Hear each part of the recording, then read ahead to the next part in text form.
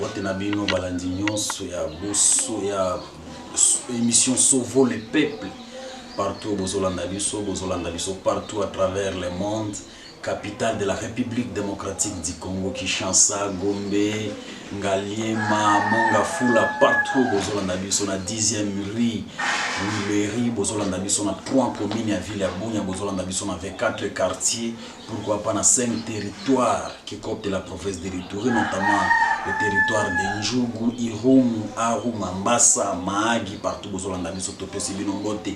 Nous sommes le dimanche 24 juin 2023. Dimanche oyo batu oyo baza bato oyo peuple atiaki bango azopesa bango confiance. Nous allons parler avec lui.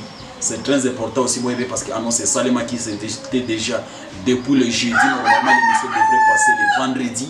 Malheureusement compte tenu à Bataba Makambo Ebele, ça n'a pas passé. Vous avez suivi les lundis, nous avons animé une émission avec monsieur Lik Malembe, l'acteur politique de l'ESID. Il a plaidé à Sengi Nabiso, il faut organiser un débat dans les médias entre lui et maître Séverin Tchedia. C'est pour cela que Toye Kotala Papa, na concession nae, na ndaku nae, toza na salon nae, maître Séverin Tchedia. Vous êtes l'acteur politique de la province, en même temps le président fédéral du parti IDPS Anito. Bonjour, bon dimanche à vous pareillement. Bonisate, ça fait presque vraiment 2 semaines ou 3 semaines tout le monde en a quitté, mais naïe au monde ils sont sur les lots, moi en forme. Oui, tous en forme, na ngolu à Djambé, tous en malade. Très bien, les seuls dieux les maîtres des tailles des circonstances, que son nom soit loué, son nom soit glorifié, parce que kola na kola mkezalaka na ngolu na biso te zalaka ngolu ko te pa na nzambe. Bande kuna biso baza kokufa na njugu mamusu baza kokufa na bayerumu besika ndenge na ndenge toliki bango na nini ezaka pona ngolo nzambe de biso tozo vivre ndenge toza. Alors nous allons commencer nos émissions du jour tokobanda d'abord na comportement ya acteurs politiques na période de tozokota parce que bakobanda ko déposer candidature déjà à partir ya lobby le 26 juin 2023. Namoni ba parti politique mususu baza peza content na ngote ba mususu ba réaction zoko ya de partout, les réactions tombent de partout, mais ils dépassent ces partis au pouvoir et aussi ils peuvent donner leur point de vue et leur entente par rapport à la déposition à ba candidature pour de contacter qui. Mais papa Séverin qui est le président fédéral. Alors papa Séverin to kozala moi en direct ko attaquer au mingi, il faut contenir biso regard te eza façon na biso nous sommes les journalistes on va vous attaquer. D'ici demain le lundi, bateau bakani bazala ba candidat, bateau bakani ba servir peuple na niveau de l'Assemblée nationale, docteur ou benga bango ba député nationaux, banda ko déposer ba candidature na bango déjà à partir de lobby. Alors vous et d'abord to ngito est-ce que yo peut ko postuler ou peut ko postuler ce que ko postuler na côté à partir nangai IDPS nazali candidat à la députation provinciale. La ville est à bout. Alors,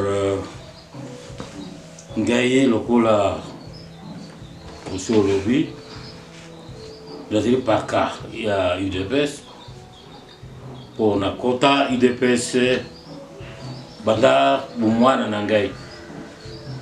Toloba, à l'âge de 36 ans, et c'était en 1986. C'est-à-dire après la création de notre parti UDPS. Nga nazaka comme UDPS na kolo na commune lopa kana kati ya UDPS nazala parti mususu te lorsque les loyo ceux qui parti wana zara commune à pouvoir et tozaka en opposition pendant 37 ans. Aujourd'hui tozana pouvoir. Ce qui nous a qu'une élection, mais la vous êtes ce matin, vous avez un candidat, candidat à la députation provinciale, circonscription électorale et à Ville à Bunia. Ça c'est lui papa c'est vrai boyo quand on a l'obaka tout moment na radio tata on a zo animé émission na radio na l'obaka souvent que papa c'est vrai Tchedia papa c'est vrai Tchedia un papa qui a le comportement des jeunes.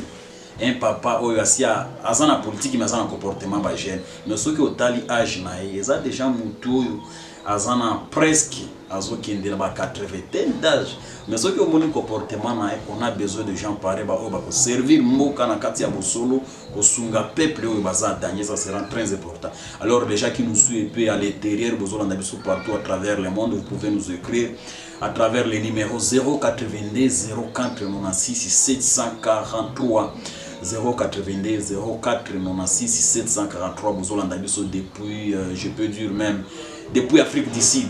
Bozolanda biso na YouTube depuis Afrique du Sud, vous pouvez nous écrire à travers le numéro 082 04 96 743. Alors papa c'est vrai toko mais la pesate parce que nous sommes vraiment direct vers vous. Tozo attaquer au mingi ko satire chaleur mais ko tenir biso rigueur te eza façon na biso. Quelle attitude bato oyo bazokana ba servir peuple na niveau assemblée nationale ba to benga bango ba député nationaux bakoza la nango na période ya kokende ko déposer candidature. Ambo na pesa réponse na mutuna na yo nalingina sala mwa rectification moke âge na ngai le 28 juin 2023 huyu toloba mercredi oyo ezali koyia na kokopisa 73 ans. Donc 73 ans. 73 ans. Na botami le 28 juin 1954.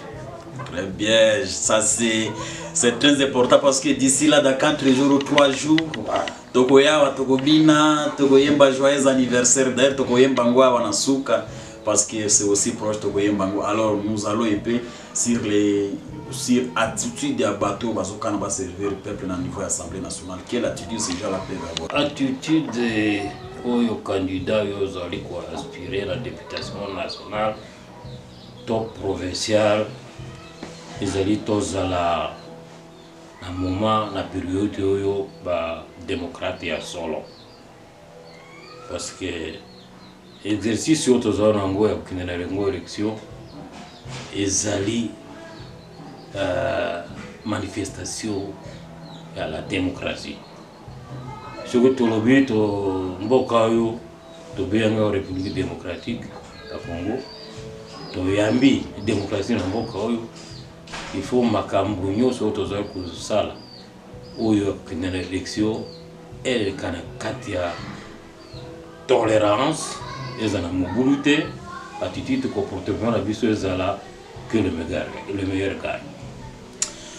C'est très important, il faut attitude na biso ezala que le meilleur gagne parce que zana batu oyo namoni il y a des acteurs politiques ba oyo ba koti bazo mikoti sana pa na politique yango mikolo oyo bazo se soumettre mingi na makambo ke gouvernement ba ko pesa biso mbongo ya propagande parce que eza epe ba vie privée na bango on ne peut pas admettre sur cela mais bango bazo se soumettre mingi ezana ba politicien mosusu bazo kota na politique pour ba servir na bango peuple ezana candidat moko je me souviens il y a un auditeur qui nous a dit abenga kibiso peza pour le biso que no il y a un monsieur qui cherche à postuler. On lui a posé la question, on a postulé pour Nanini, mais il y a un makambo qui est ba propagande, nous sommes en les allocs, nous commandé, nous commandé. Donc, tant que nous avons un niveau assemblée nationale, comme l'assemblée provinciale, nous avons récupéré un bon nangai. C'est que ceux qui ont déjà na attitude d'abord, na comportement, c'est que ceux qui nous servir, ceux qui nous servir, ceux qui nous servir le pays. Alors c'est très important, nous avons condamné un acte d'abord. Si tu pars à l'assemblée nationale comme à l'assemblée provinciale, il faut avoir l'attitude. C'est très important. Alors nous allons toucher le travail de ce député-là. Bato bazola na biso ko benga te tindaka message. Na mon téléphone ezo vibrer ma casque ko benga te tindaka message au value to kotanga ba message na bino, c'est très important. Alors mosala nini député national akoko sala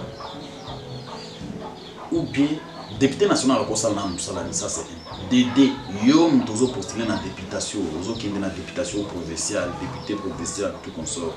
Yo musala na rizani. Avant le belana ba député national bandana na oyo ayo, ba député provincial ba ko servir mboka na lolenge parce qu'il y a déjà ba o ba maîtriser te. Comment na mtazo se soumettre abo misela ba tupo, apesa ba polo na période de propagande comment na makambo, nous sommes là, nous allons voir les choses. Mbo lokola na lobaki awa okende élection ko voter kozala candidat zani manifestation ya démocratie. Démocratie elingi koloba nini? Démocratie elingi koloba ke vous allez pouvoir à peuple, vous allez pour un peuple, pour servir le peuple. Alors, la kubangara population. Il faut que la population aille na yambu pouvoir résider yaye. Ce qui pour population aille que pouvoir zali yaye yende akupesa mtu akupona mtu ou akurepresenter na parlement, c'est-à-dire dans l'institution parlementaire. Donc, il y a une population qui a pouvoir zali pouvoir voir akupesa na mtu ou akurepresenter pour na kusalisa ye population. Wana ndelo kwa yangu. Loro musala potokomana mutuna na yo. Musala ya député zani. Lokona sina lobby ko représenter peuple. Kuna sika uzoko représenter peuple, ozali ko salela ye. Ko salela na ndengi nini? Population intérêt na ye ezali nini? Wana kuyeba. Yo ukumema pasi intérêt à population yo zali okinanga kuna po ba pesa na gouvernement a salé la population yo aponio usala ya kuna isika yo ozali binu na parlement musala na binu ubongisa ba loi uyo kusalisa peuple moko contrôler na gouvernement soku gouvernement naza ko sala musala malamu wana nde musala ya un député national kutonga bapo kutonga njila ezali musala ya député te kutonga yango ezali musala ya gouvernement kusala musala wana mais député musala ya kotala eske musala wana tolobi pona gouvernement sala boye eske ezali kusalema malamu eske ezali kusalema la faveur ya population parce que il y a représenter population wana koloba teke yo zali député yo kutonga boye okozala boye ezali musala ya l'État et ya gouvernement mais yo zali misu la population pour la kotala soki oyo wana za kosala mwana kusuki sena question yo opposé pona ngai na lingi na sale la mboka kai lokola na lobina yo wana na sale la mboka na mwa mikolo yo tekali boso na ngai na sale la mboka na sale la population na tala intérêt la population est-ce que ezali esika na yango na telem la population liboso ya l'État bato bazotindela biso message na moni bazolo bakeno est-ce que vous avez changé votre façon de plateau ou comment to changer façon ya plateau to changer à taille lo comment oyo bozomoni za salo ya papa Sévérin Tchenga est-ce que possible boyoka nga en direct na lekine émission en direct na radio dimanche est-ce que possible boyoka ou bien c'est possible mona non c'est pour la première fois donc il y a une salle ouverture net et bien sage un papa responsable à salle ouverture pour na mwana nae pour te monsieur banda rapper le dimanche na lolengi wana de toko continuer kaka na lire wana chaque dimanche il faut ba émission boy banda au salle pour te peuple à comprendre donc to changer plateau te et en salo il y a papa Sévérin. Alors pendant ce temps étudié à Martin Fayoul vous êtes au pouvoir. C'est vrai que vous avez déposé ma candidature. Mais Martin Fayoul a acquis le régime à place pour le fichier électoral. Donc, pour naïe, ce qui gouvernement ou bien régime est en place, ce qui va revoir, donc va revoir fichier électoral, bango ba kokeni na maponité. Pour na bango, votre régime. Donc vous les gens qui sont au pouvoir, vous préparez tricherie déjà dès le début, Tina Souk. Vous êtes l'acteur politique qui est au pouvoir, parce qu'ils ont parlé de vous. votre point de vue par rapport à cette situation qui fait aussi à la haine sur les réseaux sociaux. Alors, on nous capte depuis Kinshasa, l'obéla bango, l'obéla bateau, parce que Ligue Malem Bazolanda Biso, il est en direct, bateau belé Bazolanda Biso. Mais quand on peut expliquer bango, est-ce que concernant ma fichier électoral? D'abord, Martin Fayoulou, azali acteur politique et à opposition. Azali droit na ye koloba. Akoloba ndenge ya mon, azali opposant. Mais oyo yeza koloba, est-ce que azali a solo wana azali makamususu? Seni ezali institution yo ezali pour organiser l'élection dans le Canabis. Seni ezali institution ezali indépendante, ezali kusala musala naye, pe batuyu bazali ku contrôler, ezali ba observateurs internationaux baza koya baza kotala. Ndenge nini musala wana za kutambula. Dernièrement oyokaki ezana ba observateurs bayaki ba internationaux bayaki ba contrôler ki musala yo sendi azali kusala ezali kolekana ndenge moko ya mbalamu soki Fayulu aza koloba oyo ayeye ezali droit na ye mais ezali na impact te na musala oyo sendi azali kusala ezali indépendant aza kokoba na musala na ye pe eloko tolingi tokenda leso parce que chef de l'État Félix Antoine Tshisekedi Tshilombo azali mutu aza ko respecter constitution na biso tozate na tango oyo ya ko violer constitution o tokende na glissement tout ça non yango baza ko sala musala ya malamu boye tokoma na élection na délai constitutionnel ta ya ko violer constitution te tozana posa tokende na glissement te tozana posa tokende na élection. C'est le propos de Sévéré Tchélia, il est le président fédéral du parti IDPS, parti qui est au pouvoir, le président fédéral à Nitouri. Est-ce qu'on peut dire que l'opposition va se battre l'élection? Parce qu'il y a des réactions qui tombent, surtout sur le régime en place concernant cette élection. Ma coquille Koloba, oui. Pour qu'il y ait une élection, et c'est préparé. Et ceux qui préparation za malamu te quelque part okuluka ba libi makambo ndenge na ndenge. C'est ça makambo wa na Israël kolekana pa na batu susu. Ezana batu bao ba yaki na pouvoir par violence. Na punjila ya force. Bazali kaka na makila wana bakoma na violence, bakoma na pouvoir toujours par violence. Et ce n'est pas le cas pour notre parti l'UDPS. L'UDPS depuis sa création a été non violente. Mais tokoko bakaka ndenge wana.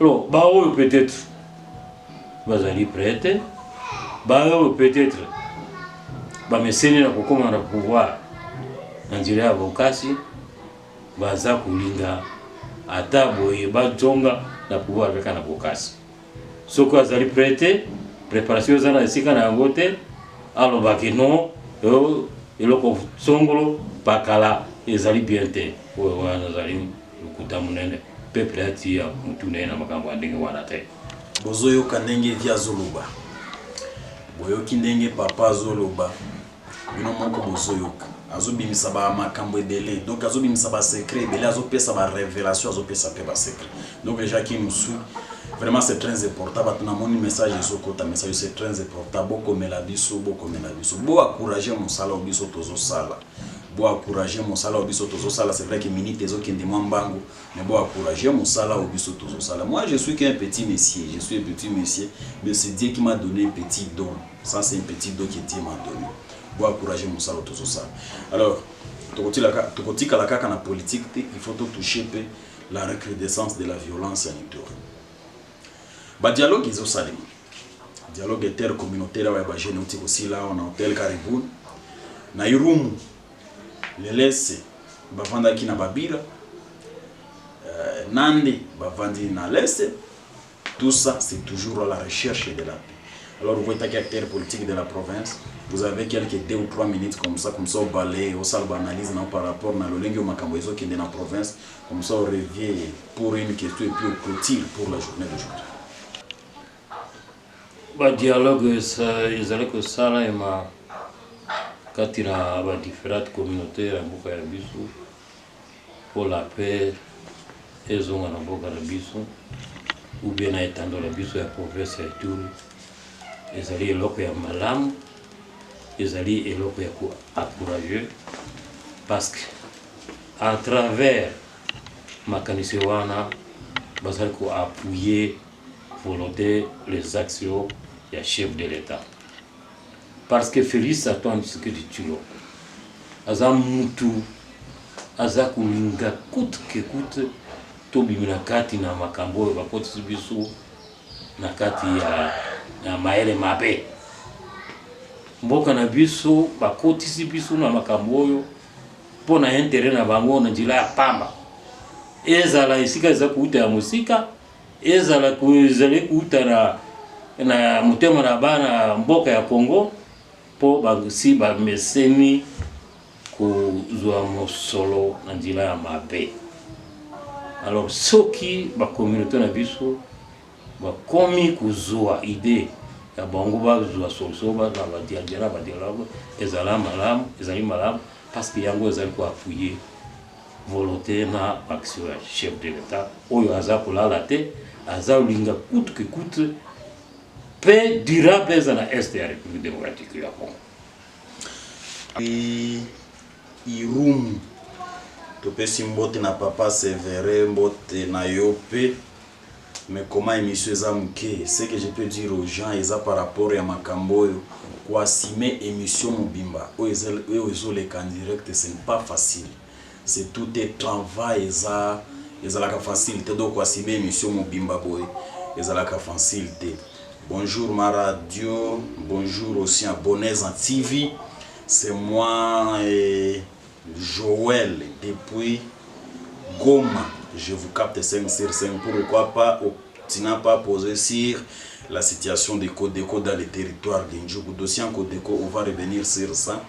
Ça sera prochainement quand on va organiser les émissions prochainement. Alors bonjour ma radio, peut-être on va prendre des messages. Bonjour Bonnes en TV, bonjour à toute l'équipe de cette chaîne. Vraiment, on vous capte 5 sur 5. Nous sommes presque 6 personnes depuis Kassai. Bandikwa Kassai, Topé Sibinombote. Nous prenons Tozo Yasuka parce que Minute est appelé. Bonjour Justin. Bonjour Papa Sévéré. Tozo Landabino depuis Willery.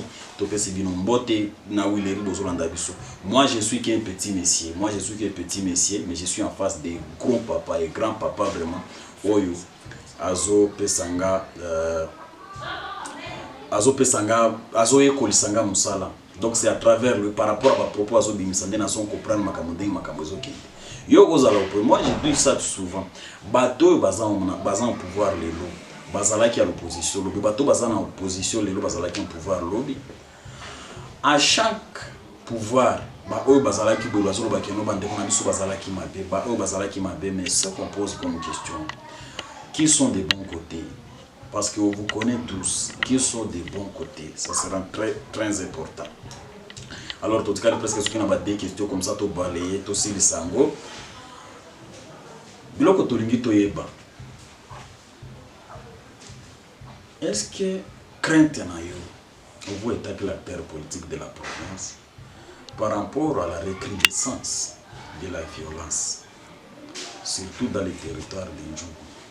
Ozobanga te que territoire d'Indjougou ezala écarté na cartographie à CENI pour les élections qui est prévues au mois de décembre? Parce que nous avons kuyeba na pe nazali ko sentir makasi oyo chef de l'État a déployé pour avant les élections est la République démocratique du Congo et dans la paix avant les élections. Nous avons un espoir wana full. Alors nous avons kubanga te atako baoyo balingi te bakambo na biso mboka na biso ebonga bazali kokotisa na makasi bazali kosala makasi maso pote élection wana eleka na ndenge moko ya malamu te mobulu ezala mais nazali na elikia avec gouvernement toza nango avec bonne volonté ya chef de l'état makambo wana ekusila avant les élections toza na espoir. Alors merci beaucoup Bolandaki Biso depuis partout au Pessi Binombote, Bolandaki Biso depuis 24 communes. Il y a capitale de la République démocratique du Congo, 3 communes qui coptent la ville de Bunia avec son 24 quartiers, pourquoi pas les 5 territoires notamment Banjugwana, Tobosani Binote, Tobosani Irumute, Tobosani Mambasa. Topesi bino mbote redivision ekoleka lobby lundi à partir de 9h30 sur les ondes de la radio locale ici la radio télévision Lumière Bunyande redivision émission ekoleka. Demain soyez vraiment à l'écoute, vous se connecter délai sur site 38 FM Bolanda redivision ndenge to sala ki descente sur terrain to yeko mona maître Papa Sévéré Tchedia qui est le président fédéral du parti IDPS et Anitourez en parti au pouvoir, parti à Félix Antoine Tshisekedi, le président de la République. Bangonde bazo gérer mboka, bangonde bazo konza mboka actuellement.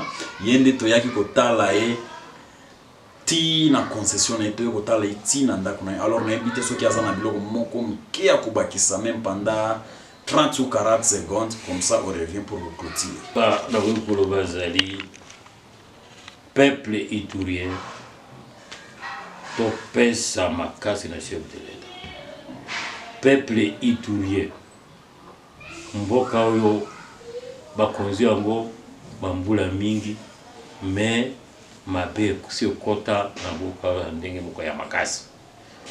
Soki lelo tozona eliki atozui mtu oyo akiko konza mboka oyo pote Congo ezonga ya sika na yango Congo ezonga na concert des nations biso tozana obligation biso baso to appuyer mutu wana za chef de l'état biso to appuyer na musala ya kusala pour lobby na biso ezala malamu parce que biso na IDPS to lobby progrès social démocratie progrès social peuple d'abord il faut yango esalem et kusela manjela mususu te et kusala makaka ranjela oyo peuple binubo pesa maboko na chef de l'état yango tolobi élection za koyia ya 2023 décembre to pesa deuxième mandat na Félix Antoine Tshisekedi chef de l'état peut to pesa majorité écrasante boye programme oyo atandi po ya mboka yo kendeli boso et comme na sikarango bisu nyonso to mona peto yeba to satire ba bolamu ya mboka bisu ezana richesse ya makasi richesse ya monene ezali ko pesa passe la banguna bazali ngate ke bisu moko to profiter na richesse na mboka na bisu to pesa makasi na chef de l'état to pona yep to pesa ndie manda ya mibale to pesa makasi na parlement na majorité écrasante na parlement wana biso moko na deuxième mandat to komona ndenge nini mboka yo kozonga et kozala rai pe peuple d'abord ezo asikana ngo merci. Tout moi j'étais si juste la réalisation s'élève de Moussa qui a réalisé de la partie de la cabine technique les tout premiers disciples de cette émission Tokutana lobby à partir de 9h30 dans la redivision à partir de 9h30 à partir de 9h30 na radio locale au 5.8 FM le mardi tozalana député national il est du territoire de Homo Jackson à où c'est qui séjour mais déjà ici dans la ville de Bunia le mardi on va les recevoir pour écouter aussi Nini Bango Basali na Mboka depuis que Bango Bazalaki au pouvoir c'est au plus de 3 ans ils sont au pouvoir Bango Baza parmi bato oyo bazo diriger Mboka sous régime ya Félix Tshisekedi.